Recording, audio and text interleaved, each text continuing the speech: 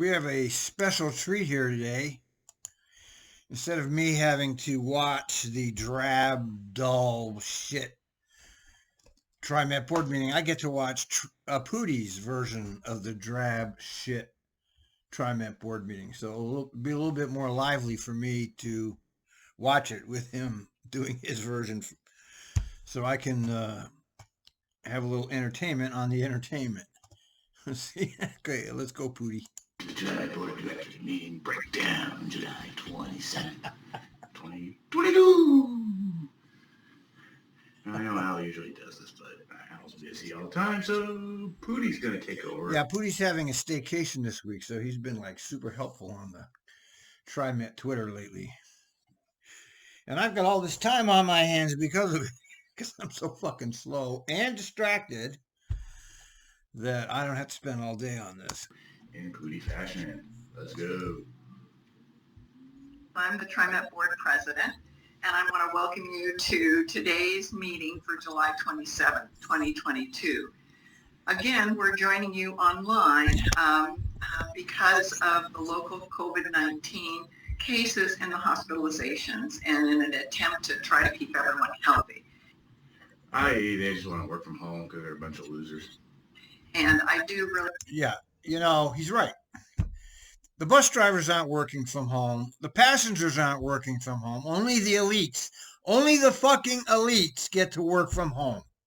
This is the two-tiered society we're stuck in here. The elites have one thing and everybody else has the other. And we're all taking this abuse, this endless abuse from these elites. Somehow they have us pacified to accept all this shit, and I can't even believe it, man. I can't even believe what's happened to this world in these last couple of years. I can't believe what the elites have done to us. Keep everyone healthy. I.e., they just want to work from home because they're a bunch of losers. And I do really appreciate everyone's flexibility. This morning, we will begin with the public forum, and the forum provides an opportunity for the community to share thoughts, concerns, and feedback about TRIMET and its service. We ask anyone who would like to provide comment to please use the icon on your screen to raise your hand, and we will call on you. You'll have 3 minutes for us to ignore you. Thank you. We do ask that you limit your comments to just 3 minutes. That is correct. You have 3 minutes to say what you say, and it will go right into the dustbin. Okay, it doesn't matter what you say. We know that. We've watched hundreds of these meetings. We will begin now, and I'll ask him to invite the first speaker to address the board. Good morning, President Simmons. Our first speaker this morning is Dan Mcfarland. Mr. Mcfarland, your microphone is unmuted now. Thank you, Ms. Angove and Ms. Simmons, TRIMET board members. To be effective, public transit needs to be frequent, reliable, and connected. When building the Orange Line, TRIMET ignored the need for convenient connections between light rail and bus. In Milwaukee, little thought was given to planning an effective transit center. Today, rather than cross-platform transfers, bus and light rail patrons are forced to walk unnecessarily long distances between modes. Early in the process, an effective transportation center on available land, centrally located, was proposed by AORTA, the Association of Oregon Rail and Transit Advocates. The proposal was ignored. Orange Line ridership levels are very poor, in large part because of inconvenient connections between bus and light rail. Just tear it all down and rebuild it. They got plenty of money for that. Today, TRIMET is wasting money, degrading connectivity with the airport's red line at the Gateway Transit Center. Degraded. Again, a less expensive solution to the red line problem at Gateway, which would have provided an inviting transit center with significant development potential and convenient cross-platform transfers, was proposed but ignored. Planning is now underway for They're also ignoring your ass right now. changes at the Hollywood Transit Center. And history is repeating itself. Yep. Cross-platform transfers are possible and practical at Hollywood. But the current TRIMET proposal means transit patrons, including those with significant mobility issues, will be forced to cross busy Halsey Avenue, navigate unnecessarily long distances and steep grades He's to right. transfer between light rail and bus. Correct. Dad pay this guy to say that. You cracked me up, Pootie. Sounds like it. To be effective, public transit needs to be connected. Convenient transfers between modes and routes is essential in public transportation. TRIMET ridership and return on investment will improve dramatically when the agency begins to focus on meeting the needs of transit riders. Thank you very much. Thank you, Mr. McFarland. Snooze fest. I want you to know I really appreciate your comments, and the agency is doing a comprehensive service analysis, and your comments are well appreciated. Comprehensive service analysis. So that's like the I-5 bridge, huh? A lot of talk, no action. And Yep. we will take note of them as we look at ways to make improvements. So thank you very much. Next speaker. We will take note of them. Thank you very much. Next, they're not going to change anything. Everything he said, that commenter said, was correct. But it's public comment. They don't care about. They don't care about what you think. They pretend they care, but they don't. Speaker, please. Our next speaker this morning is Jim Howell. Oh, Mr. Howell, your mic. Jim Howell. That's the man right there.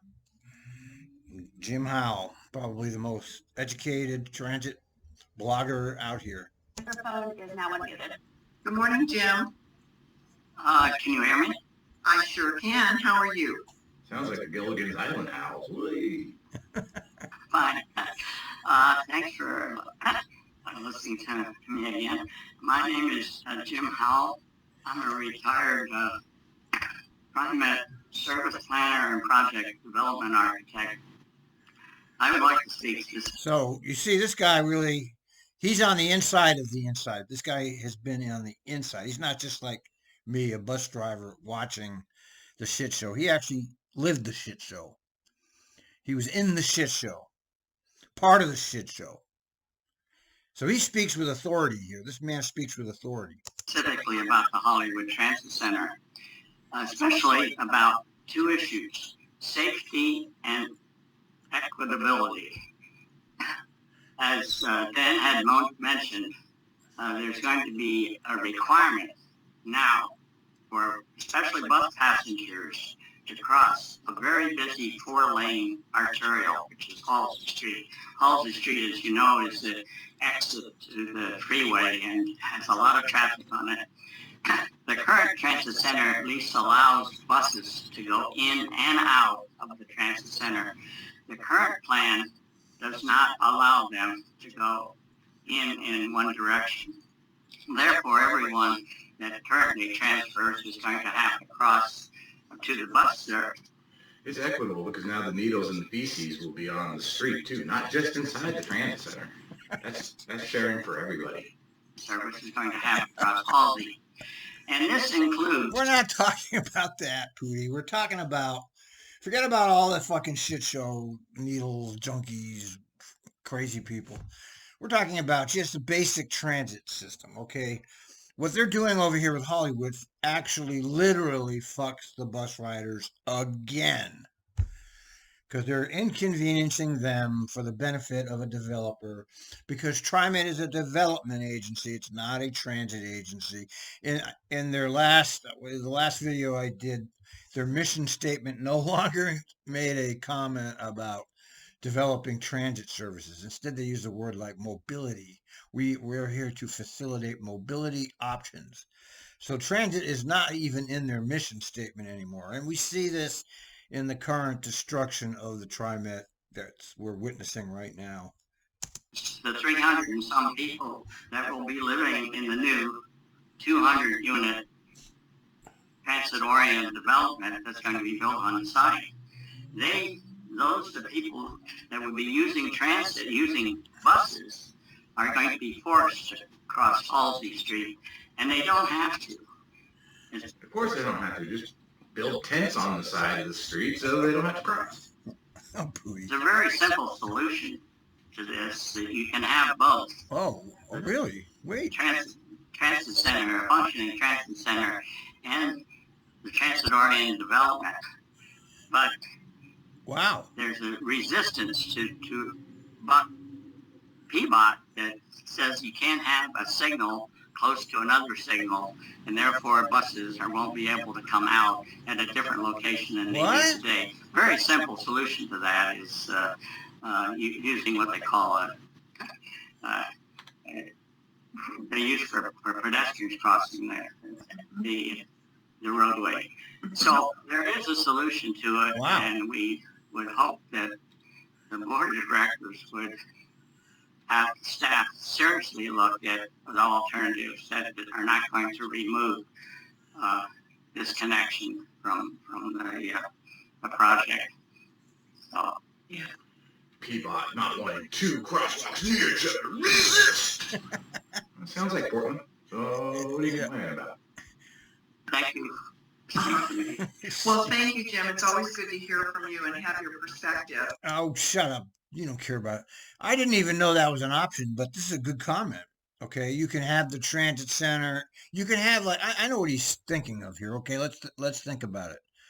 He's thinking of having a pull. Look at the way the other transit centers function. They have everybody gets on and off at one stop. So what I imagine what he's thinking of is like a pull out. Okay, you have a pull out, going two directions, one going inbound, one going outbound, and you consolidate all the different buses at one bus stop.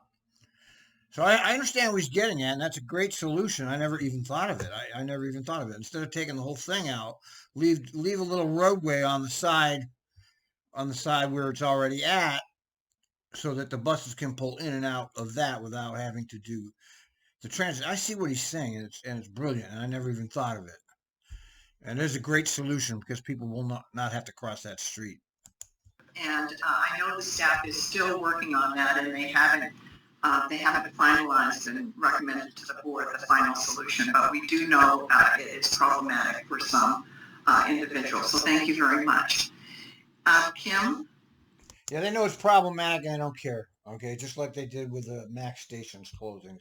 And has there been an analysis of the MAX?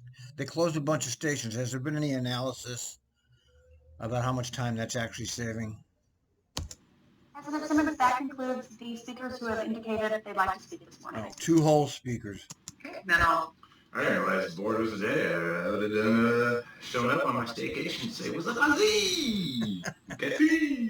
close the public forum and open the business meeting. Yeah, this is good, Pootie. I get this is like double entertainment.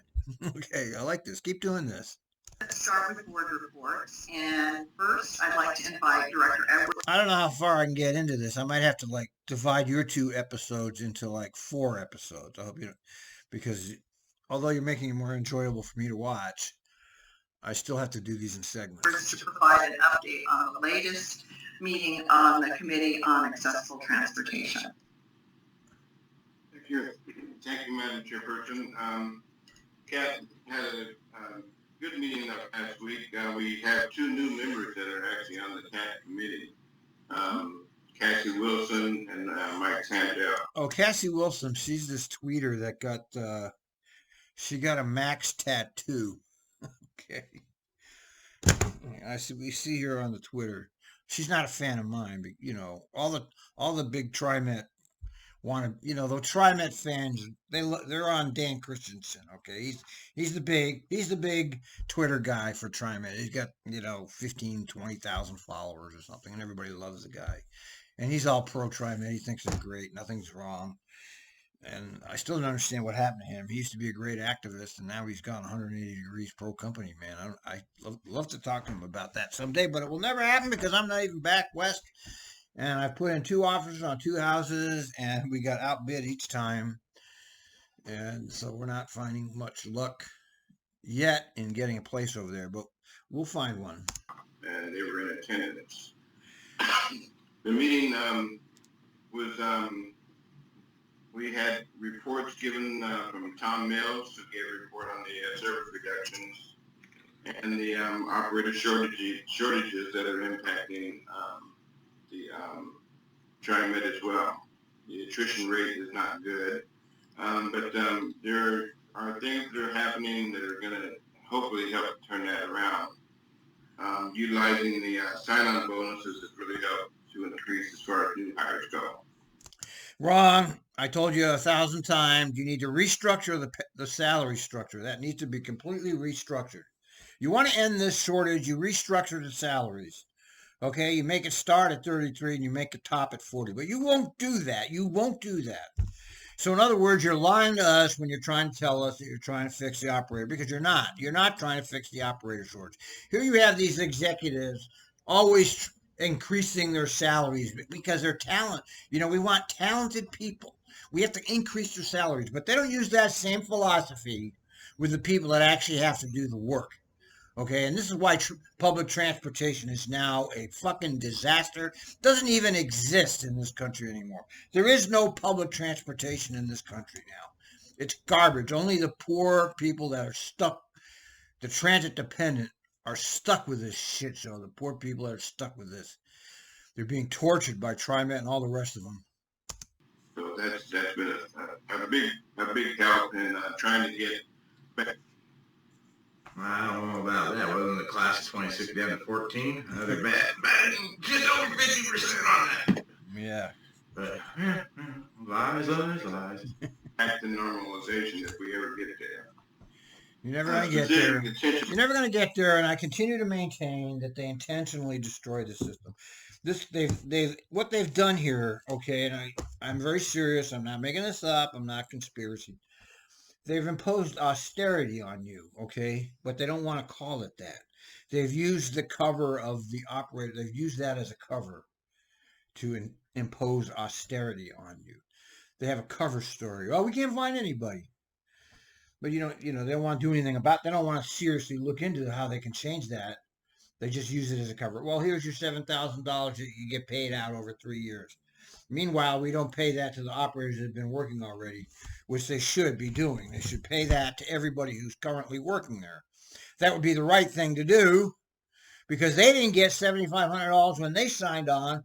They've worked through all of this shit, pandemics, fucking fires, fucking winter, all this shit, the heat waves.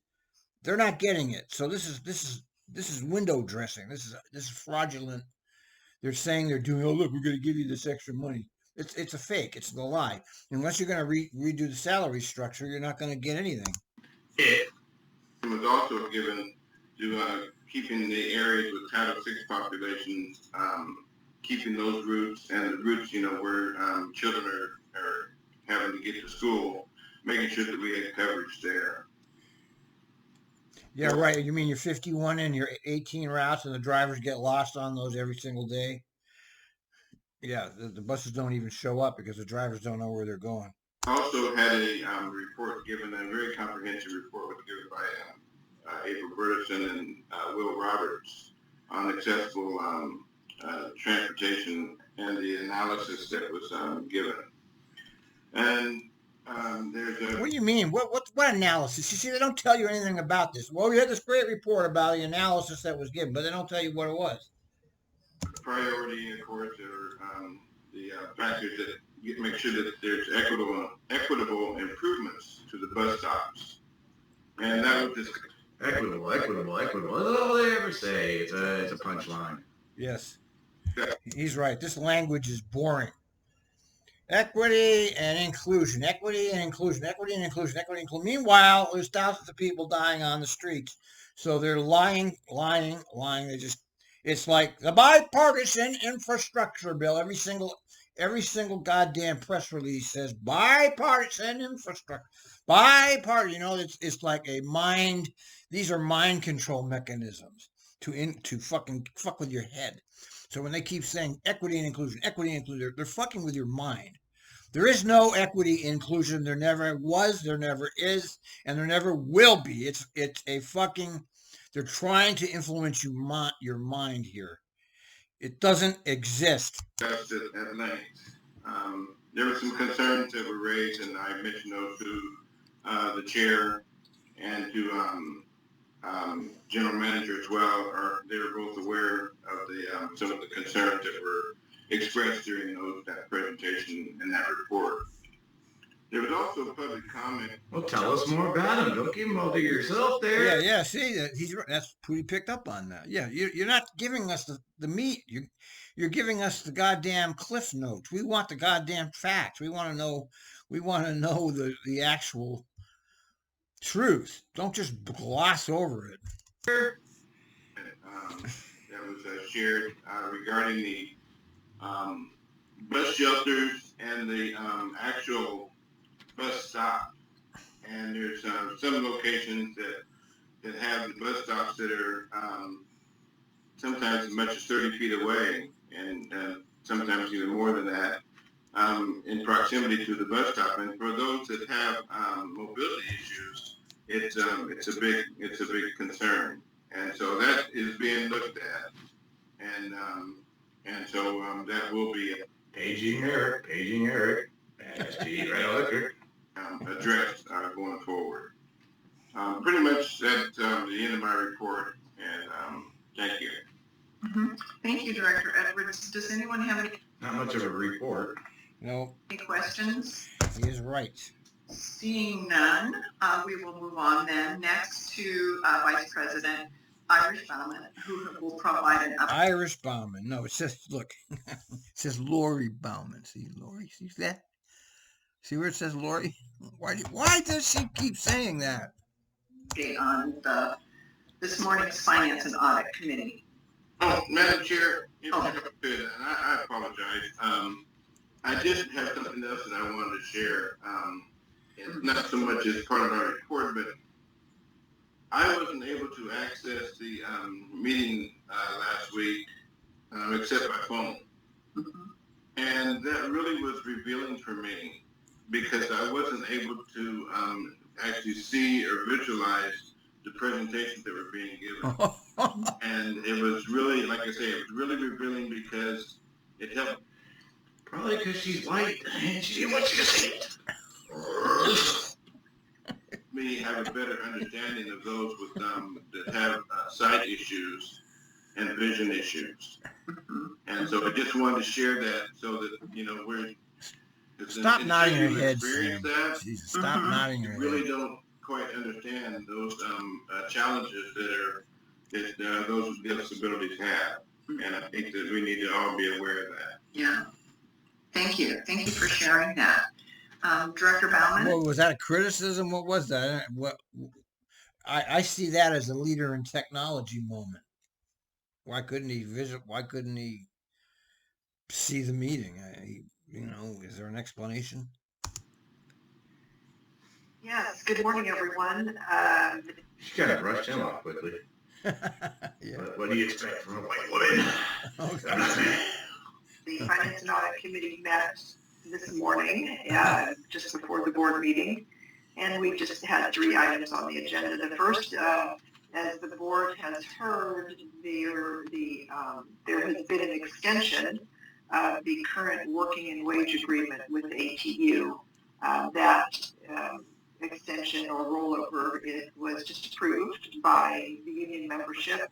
It was 69%. I just saw on the screen 80%. No, it was 69. And although we already knew it was going to pass, it always does. But 3 out of 10 people are awake over there. Okay. Plus the people who didn't vote because I knew it was bullshit. But I was impressed that 30% of the people said no, because usually these pass 80, 90%, like 9-1. And I always found that funny because everybody I knew, and it's not like I knew a lot of employees, but I knew, 10, 12 friends of mine over there. And we all voted no, but yet these contracts passed like 90%. And we're always like, that's interesting because none of us voted for it. we are going to be hearing more about that at the August board meeting, and there will be the board will have an opportunity to, as I say, hear more details at that time. The second item on the agenda was an update on audit. It's audit season, and some people, that's their favorite time of the year. The contractors. The new auditor, Ide Bailey, has begun some of their preliminary work to prepare the audit. In August, the field work will take place, and so that's going to be a big event as we move towards having a completed audit. And then finally, the Finance and Audit Committee talked about a proposed agenda for our October strategy session, and the subject there will be the fair policy issue that the board has been alerted to. Here's Ozzy. Get Ozzy on there. Again, we just looked at it. Let's get a picture of this.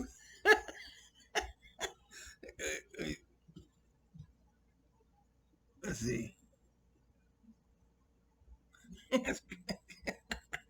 Draft agenda. It has a discussion of what the board's plan to cover at that October session, and board members will be hearing more about that soon as well. And that's the report. Fascinating. Thank you, Director Bauman. And are there any questions about finance and audit? Ozzy, any comments you'd like to make? Thank you, President Simmons. I'm just excited that we're already starting to shape together the strategy session, and congratulations to the team for bringing that deal home with the ATU. I think that's a fantastic accomplishment for the agency, for workers, for the ATU, and it couldn't be more timely for bringing certainty to a lot of households. Thank you. Mm-hmm. Great job pulling that responsibility. Any other comments? Seeing none, then we'll move on to Director Kim, who will provide an update on the Metro Policy Advisory Committee. Committee. Morning. Good morning. Good morning. Though I was unable to present at last month's Metro Policy Advisory Committee meeting, I can provide an update on the topics and discussions. Okay. The Metro folks provided an update on their 2019 $475 million voter-approved Parks and Nature Levy. And the funding goes towards safe and welcoming spaces in parks, building climate resilience through habitat restoration, regional conservation projects, and community-led nature projects. Metro Council is right now considering referring the Parks Levy to the November ballot to continue this program at the committee met on June 21st. What did you do there, man? Hey, you skipped. What'd you do? You skipped over it. And what'd you do that for? He was talking about a tax increase. As always, we're commended for the work and time that they do take away from their other daily work and their families. During our public forum, we did have one public testimony. Director Pat Williams provided relevant information. We do a safety update report. It was on 3 recent critical incidences that happened last month. He also responded to a few questions from the members of the advisory committee. Details are in our monthly meeting notes. Community engagement coordinator Amparo Augusto provided information for the final recommendations on the micro grants that we had put out to the community. The selection committee is only moving forward on 2 of those RFPs. TRIMET staff will work directly with some of the Ozzy looks like he's in a trance. qualified. I would like to give a good thank you to our facilitator, Jessica Stanley. All right, go ahead. Yeah, thanks, Jessica. Terms of safety and security. So, we need more committees on the report. Great report. Thank you so much. It was excellent. I couldn't put it down. Next, I mentioned earlier that Director Way is joining us a little bit late this morning. So in her place, John Gardner, who's our Chief Inclusion, Diversity, He's the Inclusion University. That's what I'm here going for. to give the report on. Yeah, he's the inclusion. He includes us. He's such a fucking hack. on the Transit Equity Advisory Committee. The Transit Equity Advisory, like there's some kind of equity here. Welcome, John. Good morning, President Simmons, members of the board. Thank you. So I'll do the TIAC update this morning. Where is he? July TIAC meeting was focused on the second half of it was a great conversation, good participation.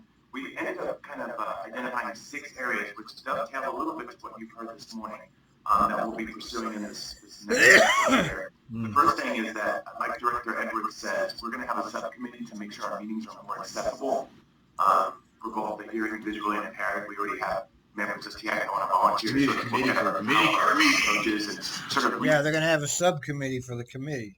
Think that and look at more best practices to bring that accessibility baloney. up. We have members that also want to look more at some of our organizational policies and form a work group to draft recommendations to take back to the GM or through our board liaison to have additional conversations. TIAC members also want to sort of move towards more transit action-oriented conversations. Oh, talking about transit, that would be a weird thing to do. Just trying to share and get feedback on what TRIMET's doing. So they want to understand better how they can sort of activate their community. What's Ozzy? Are you in a trance over there or what? Look at him. He's like stuck. More things to support TRIMET, but also gather more information to inform what TRIMET is doing. Another thing that we decided that COVID-19, our June ridership. Wait a minute. You got to go back, Pootie. On the forward together. Pootie. Sam the man. Let's get the Wait a minute. You missed the beginning of his report, Pootie. Okay, this is important. The general manager report is important. So I'm going to cut my episode here because I'm already up to 31 minutes. And I'll come back to this. And hopefully we didn't miss too much of that. The general manager report, although he's a useless piece of shit, I do want to hear it. So we'll do part 2 of this tomorrow.